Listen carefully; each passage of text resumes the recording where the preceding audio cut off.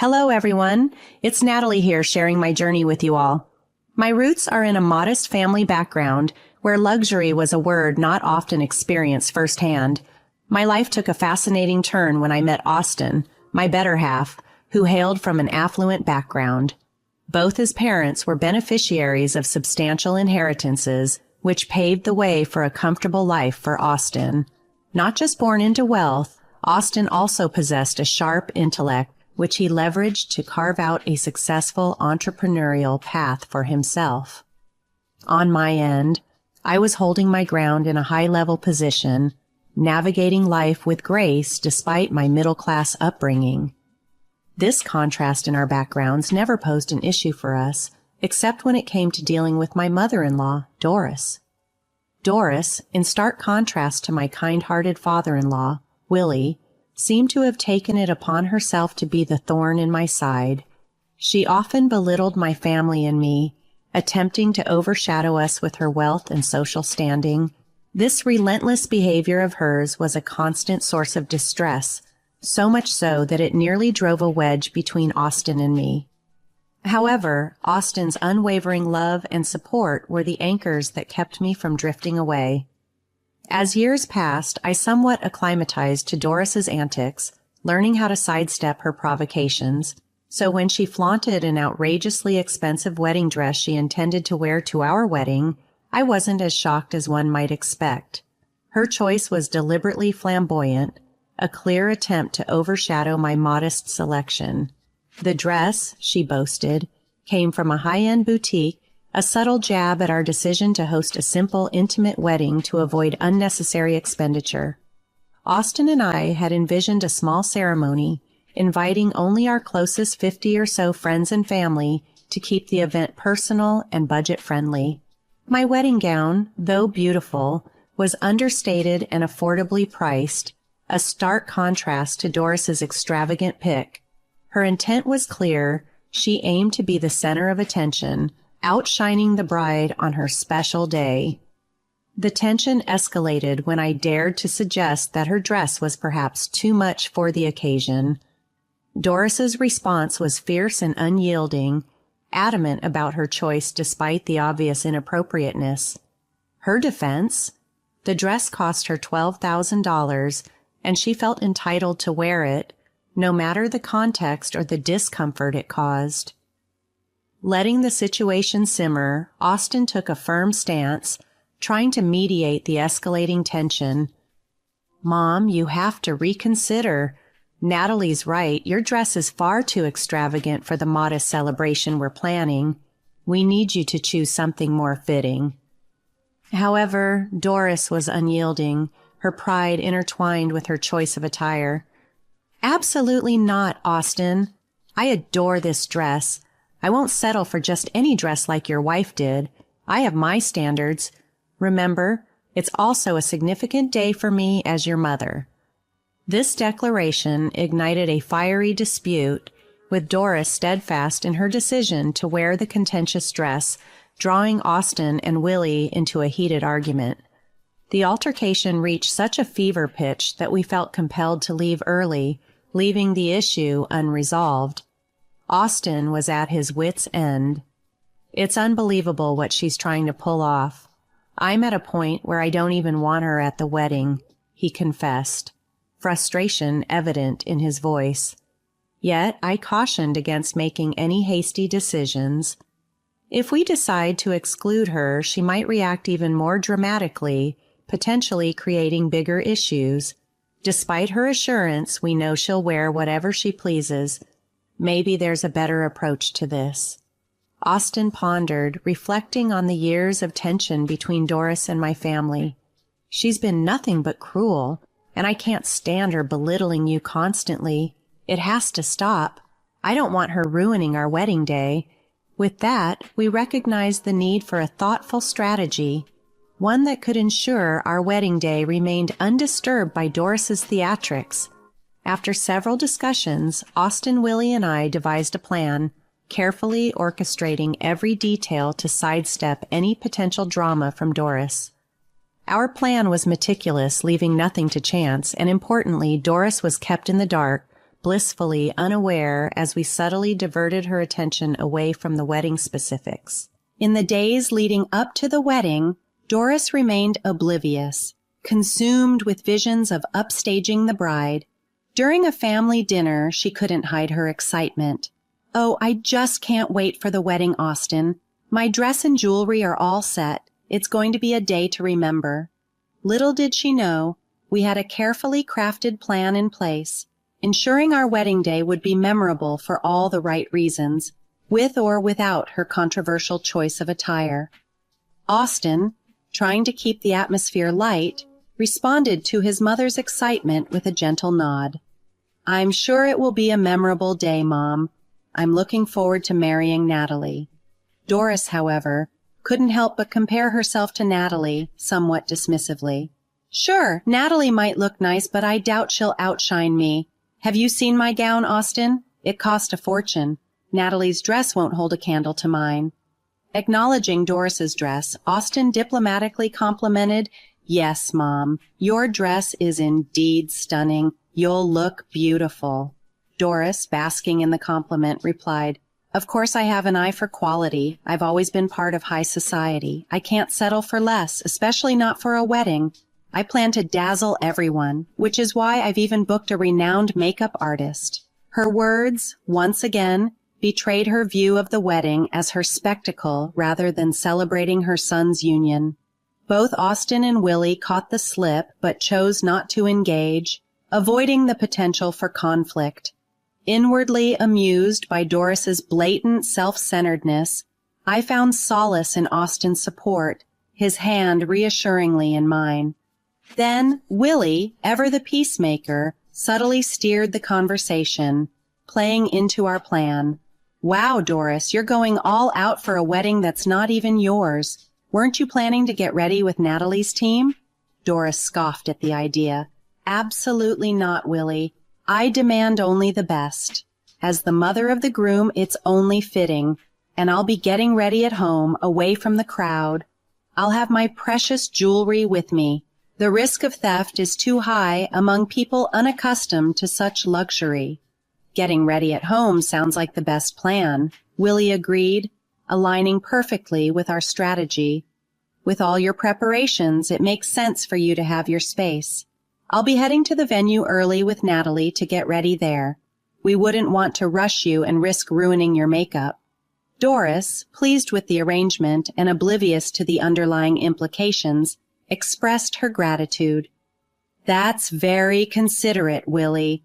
I appreciate being able to travel to the venue by myself, in luxury no less." The conversation seamlessly played into our strategy, setting the stage for a wedding day that would unfold according to our carefully laid plans, without Doris's theatrics overshadowing the true celebration of love and unity. The idea of making a grand entrance thrilled Doris, who saw it as the crowning jewel of her meticulously planned appearance. "This will make the day absolutely magical." "Thank you, Willie, for such a brilliant suggestion," Doris beamed, continuing to elaborate on her envisioned spectacle, completely unaware of the strategic maneuver unfolding around her. Meanwhile, Willie shared a knowing wink with us, confirming our ruse was firmly in place. Doris's enthusiasm for her special day, focused on her attire, makeup, and the anticipated dramatic entrance, provided Austin and me with a moment of lighthearted relief amidst the wedding planning stress. She was utterly oblivious to the fact that she was ensnared in a scheme designed to sideline her theatrics, ensuring the day would unfold without her anticipated disruption. With Doris distracted by her grand plans, I finally found a moment of peace, allowing me to shift my focus back to the essence of the wedding, celebrating our love. The worry that our plan might be discovered lingered in the back of my mind, but Austin and my friends reassured me, bolstering my spirits. Everything was arranged flawlessly, and for the first time in a long while, I was genuinely excited about my wedding day. It felt like reclaiming the day as ours, not overshadowed by Doris's grandiose expectations. The wedding day dawned bright and beautiful. The the weather perfectly mirroring my hopeful mood. Willie, ever so reliable, arrived at the venue early, checking in to ensure all was proceeding as planned. His presence was a comforting reminder of the support system surrounding us. Despite my lingering nerves, Willie's assurance that everything was under control, and Doris's obliviousness to the actual day's schedule eased my mind. "Don't worry, everything's on track," Willie reassured me, his words a balm to my anxious heart. Expressing gratitude to Willie felt inadequate for the monumental role he played in ensuring the day remained ours. He had become more than just a father-in-law. He was a cherished member of my family. "Your family, and that's all there is to it," he said, emphasizing that the day would unfold exactly as we envisioned, with the focus solely on the celebration of our union. Feeling immensely grateful for having such a supportive figure in my life, especially in contrast to Doris's challenging demeanor, I prepared for the ceremony. The wedding, in every sense, was a dream realized, not just in the decor and proceedings, but in the emotions that filled the day. Walking down the aisle, I saw the look of love and admiration in Austin's eyes, a moment of pure connection that eclipsed all else, affirming that all the planning, all the strategizing, had been worth it to reach this point of unbridled joy. As I walked down the aisle, tears welled up in both my eyes and those of my newlywed husband. The intimate gathering was perfect for us, consisting solely of those who held significant places in our hearts. Among the attendees was Willie, whose silent support was invaluable during this momentous occasion. You might be wondering about the whereabouts of my mother-in-law Doris during all of this. She did make an appearance, but not in the way she had envisioned. Dressed in her extravagant $12,000 gown and adorned with diamond jewelry, Doris expected to be the center of attention as she stepped out of her luxury car. The reality, however, was a stark contrast to her expectations. She was greeted by an empty venue, a sight that left her both shocked and slightly panicked, as evident from the confusion and urgency in her voice when she phoned Austin. "Austin, what's happening? Why is nobody here? I can't find anyone, and the staff are no help. Where is everybody?" she inquired, bewildered. "We're at the real wedding, Mom, the one you weren't invited to," Austin explained, trying to suppress his laughter, imagining the astonishment on Doris's face. Even Willie couldn't help but smile at the unfolding scenario. Doris's confusion escalated, prompting me to interject with a slight tease, highlighting the irony of her situation given her usual poise and sophistication. Her frustration was palpable as she directed her ire towards me before turning back to Austin in search of clarity. Austin clarified, "Yes, Mom, you're at the wrong venue. We did initially book that place, but opted for a more suitable location where we just got married." Her disbelief turned into desperation as she tried to grasp the reality of the situation. "You already got married? How could you not inform me sooner? This is absurd." Attempting to cut through her denial, Austin firmly reminded her of the boundaries we had set. "Mom, I made it clear you weren't invited to the actual wedding." Doris's refusal to accept the truth was evident. She clung to the belief that this was all an elaborate prank, unable to fathom that her son would intentionally exclude her to prevent any disruptions she might cause. As her disbelief persisted, Austin's patience wore thin. His frustration boiled over into anger as he confronted her delusion head-on. It was a moment that underscored the lengths we had gone to ensure our wedding day remained a celebration of our love, untainted by drama or interruption, even if it meant making the difficult decision to exclude someone so integral to our lives. Upon Doris's insistent interruptions, Austin firmly stated his stance. "After everything you've done, especially with your outrageous dress intentions, How could you think I'd want you overshadowing Natalie on our day? You're my mother, yes, but that doesn't excuse your actions. Doris, indignant, couldn't grasp why her choice of dress would lead to such a fallout. I'm your mother. It's my right to celebrate, too. I can't believe you're sidelining me over a dress. Austin was unwavering. No, Mom, this isn't about your right to celebrate. It's about our right to have a day focused on us, not clouded by your attempts to belittle Natalie. I've tolerated your behavior for far too long, but not today. This day belongs to us. With those final words, Austin ended the call.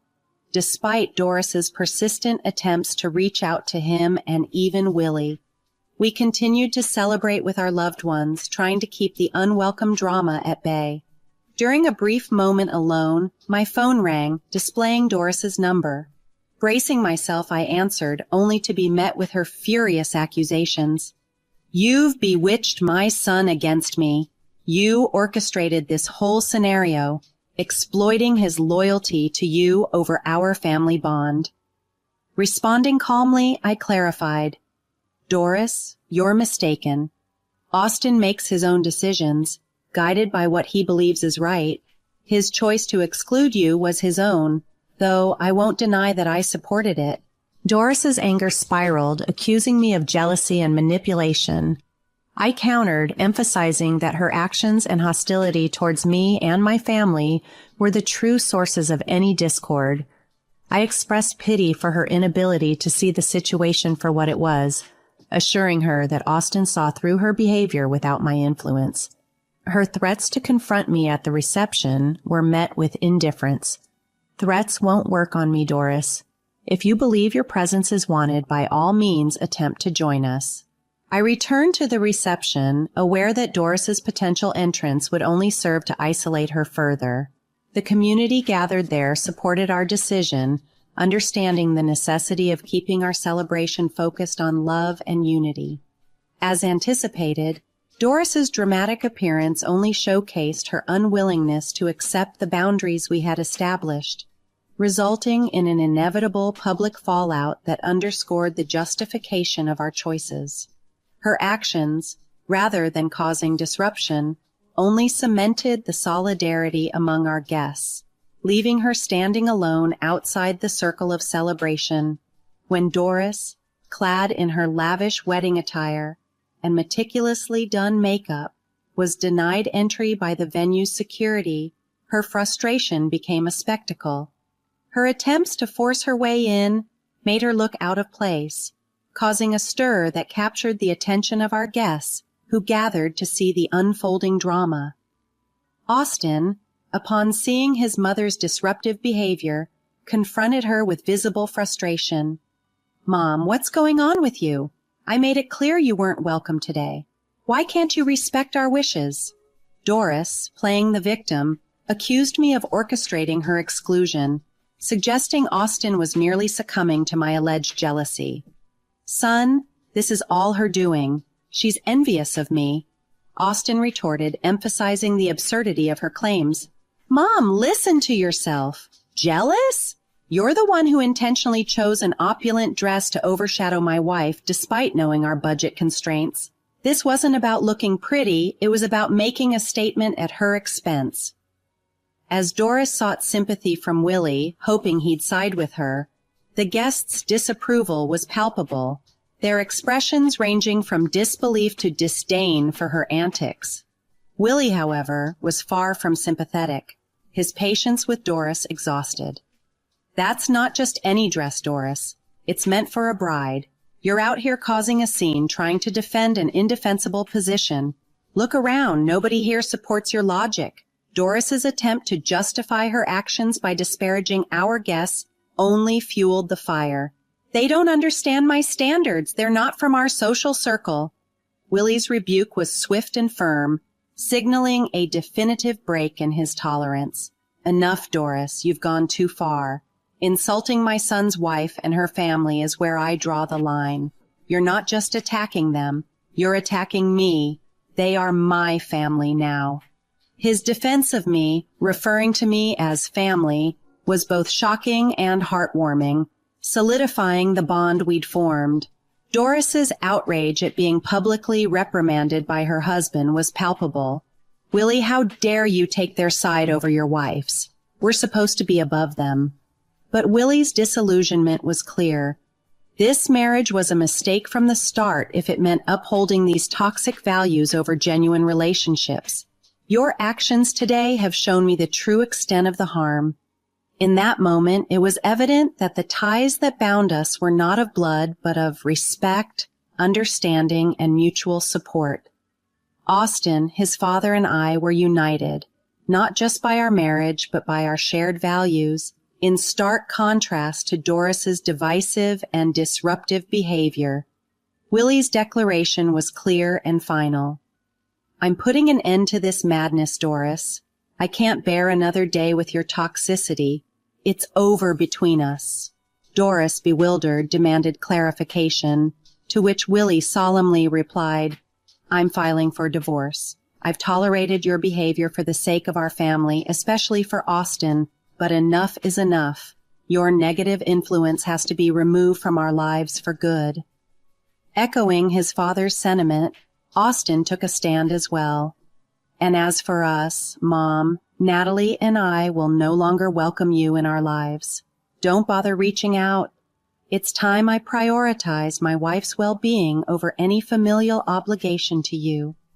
The reality of her situation dawned on Doris. Dependent on Willie and Austin for financial support, the prospect of a divorce meant the imminent collapse of her luxurious lifestyle. With a prenuptial agreement in place, her financial security was precarious at best. Doris's past spending, including the lavish $12,000 on her dress, had already strained her finances. Now, facing separation, she stood to lose everything. This turn of events was not unexpected for us. Willie, Austin, and I had discussed the possibility extensively, recognizing that distancing ourselves from Doris was necessary for our peace of mind. Doris, however, was blindsided by the unified front against her, never imagining her actions would lead to such dire consequences. Her desperation became palpable as she realized the gravity of her situation. Tears streaming down her face, she pleaded with Willie and Austin, unable to accept the reality that her own actions had precipitated her downfall. "It's just a dress. How can my own family abandon me over something so trivial?" she lamented, failing to see the cumulative impact of her actions beyond the dress controversy. "You've been more than just difficult, Mom. Your treatment of Natalie was inexcusable. Did you really think we'd stand by and let it continue?" Austin confronted her, his disappointment evident. Doris's appeal for sympathy was met with a stark reminder from Willie. "You've earned this, Doris. Your actions, your refusal to apologize to Natalie, it's all led to this moment. You've been an unsupportive partner and a negative force in our lives." Seeing an opportunity amidst her despair, Doris turned her pleas towards me, desperately seeking forgiveness. Clutching at my arms, she implored, "Natalie, please, I'm sorry for everything. Can you forgive me?" Her gesture was an attempt to salvage what little connection remained, but the damage was too profound, the actions too hurtful. The path to reconciliation, if any, would be long and uncertain, contingent on genuine change and remorse from Doris. A journey that had only just begun at the precipice of her realization. Doris's plea for forgiveness quickly morphed into accusations when she sensed her apology wasn't well received. "I'll change, I promise. Please don't take my family from me," she implored, not fully grasping the gravity of her past actions. However, her tone shifted dramatically upon facing rejection. "So, nothing I do is ever right for you, is it? You've always wanted to see me fall. Well, congratulations, you've got your wish," she snapped, revealing her true colors once again. This rapid change in demeanor only solidified our decision. Austin, witnessing her outburst, directed security to escort her off the premises. Meanwhile, the gathered guests voiced their disapproval of her behavior. making it clear she had no support among us. Following the tumultuous event, we resumed our celebration, truly grateful for the presence of genuine friends and family who stood by us through thick and thin. The next day, Willie, having witnessed enough, took decisive steps to remove Doris from his life. He instructed her to vacate their shared home and had his attorney officially serve her with divorce papers. Doris's reaction was predictably volatile, resorting to tears, threats, and futile attempts to sway Willie's decision. When her efforts to confront us directly were met with indifference, her isolation became complete. In the end, Doris faced the repercussions of her actions alone. The divorce left her financially strained, her manipulative tactics bearing no fruit. Despite her pleas for assistance, we maintained our distance, ensuring our new family remained untouched by her toxicity. Last we heard, Doris had returned to her hometown, her attempts to leverage her name for employment, a stark contrast to her former life of perceived superiority and extravagance. It seemed she was finally confronting the reality she had long avoided, a fitting outcome for someone who had prioritized appearances and manipulation over genuine relationships. As for us, our lives moved forward positively without her interference. The hope that Doris would learn from this experience and refrain from causing further turmoil lingered, but our focus remained on nurturing the healthy and supportive environment we had fought so hard to protect.